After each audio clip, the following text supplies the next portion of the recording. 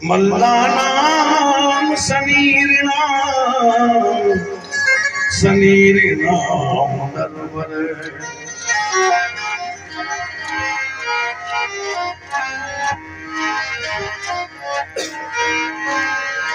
स्त्रियां में सिमरो मूर्तिमान, गोपानाम स्वजनों सताम चिति भुजा, शास्ता सपित्रो। जिस समय भगवान श्री कृष्ण और बलराम रंगभूमि में पधारे उस समय पहलवानों को ब्रज कटो लग रहे, यानी मल्ला नाम समीर नाम नरवर, यानी जो मल्ल थे पहलवान थे उनको तो पहलवान लग रहे, जो स्त्रियां हैं उनको सुंदर लग रहे हैं, जो बालक हैं उनको बड़े पिता के समान लग रहे हैं। और यानी कहने का मतलब ये है कि जब भगवान एक मल्लशाला में गए तो जाकी रगी भावना जैसी, जाकी रगी भावना जैसी,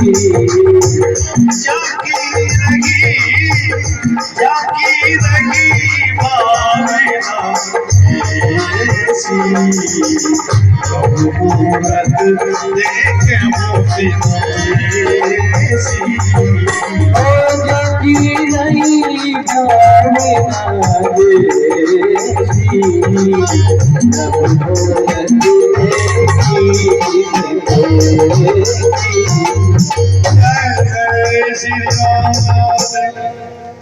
जब भगवान मल्लशाला में गए तो जैसी की जैसी भावना थी उसी रूप में मेरे कन्हैया सबको दिखते हैं। स्त्रियों को सुंदर लगने वाले दिख रहे हैं, पहलवानों को पहलवान दिख रहे हैं, कठोर दिख रहे हैं, बच्चों को बच्चे जैसे दिख रहे हैं। इस तरह मेरे कन्हैया जब गए मल्लशाला, कुश्ती का आयोजन था, उनके पहलवान थे चारों मुश्तक, तो चारों ने कन्हैया से कहा आइए कृष्ण बलराम हम महाराज को पसंद करने के लिए कुश्ती करें। कन्हैया ने कहा देखो भैया, कुश्ती हमेशा बराबर वालों के साथ होती है, अब हम तो बच्चे हैं, आप बड़े बड़े पहलवान हैं, इसमें बराबर है नहीं है, तो कुश्ती तो बराबर वालों के साथ होना चाहिए।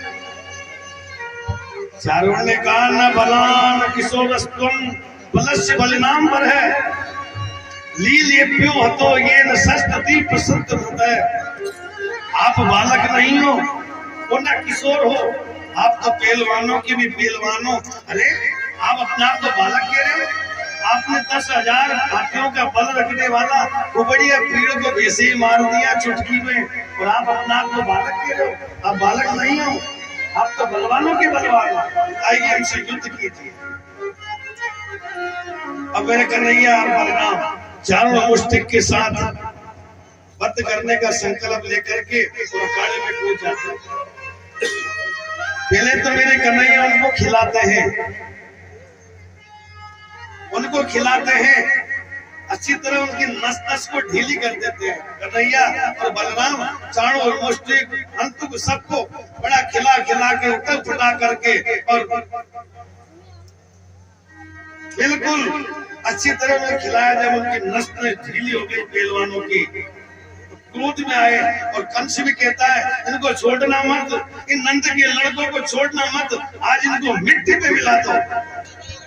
जो कंस कहता है जो कन्हैया बलराम बड़े आनंद के जैसे गेंद को उछालते हैं ना, ऐसे उनको उछाल के बड़े अच्छे से खिला रहे और खिला करके बलराम ने कन्हैया से कहा कन्हैया फ्री करो, मामा जी इंतजार कर रहे हैं। तो मेरे कन्हैया क्या करते, उन पांचों पहलवानों को गोविंदाय नमो गोविंदाय नमो नमः करके अब तो कंस घबरा जाता है और तलवार लेकर के जहाँ मंच पर बैठा था, अरे इन लोगों को निकाल दो, इनको भगा दो, इनको छोड़ना मत। नगाड़े वालों से कहता नगाड़े बंद करो, मेरा तो प्राण जा रहे हैं, तुम नगाड़े बजा रहे हो। हमारे तो शांत है, लेकिन वहां बज रहा था मेरा।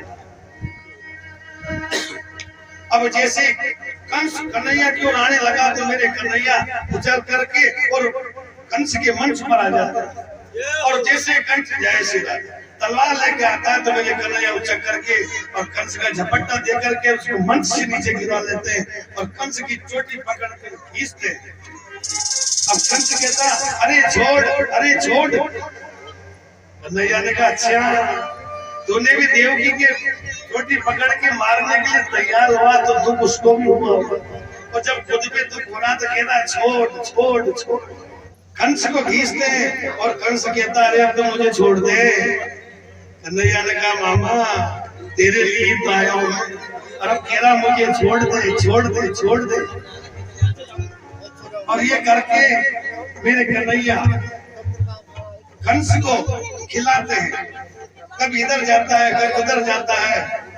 और मेरे कन्हैया जो है कंस को जैसे वो तलवार लेकर के आता है कंस को ऐसा पछाड़ते हैं तो कंस को पछाड़ करके इधर पर दुपट्टा क्या इधर पंचा क्या इधर पंचा क्या। जब कंस परेशान हो जाता है तो कंस को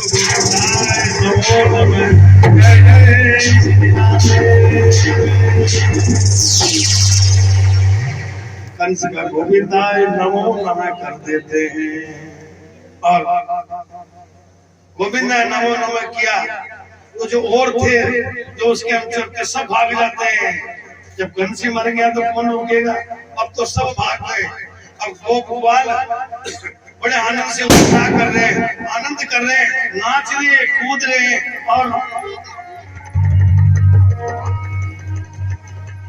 कंस की पत्नियां थी अस्थि प्राप्ति वो चिल्लाने लगी हाय हमारे प्राणनाथ गए।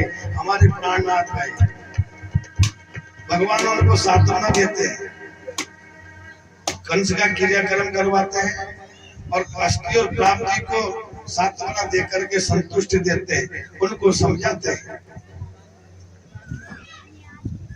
और अपने माता पिता जो जेल में थे उनके पास जाते हैं, उनको जेल से मुक्त करते हैं और माता पिता को सांत्वना देकर के कहते पिताजी माताजी जय हो।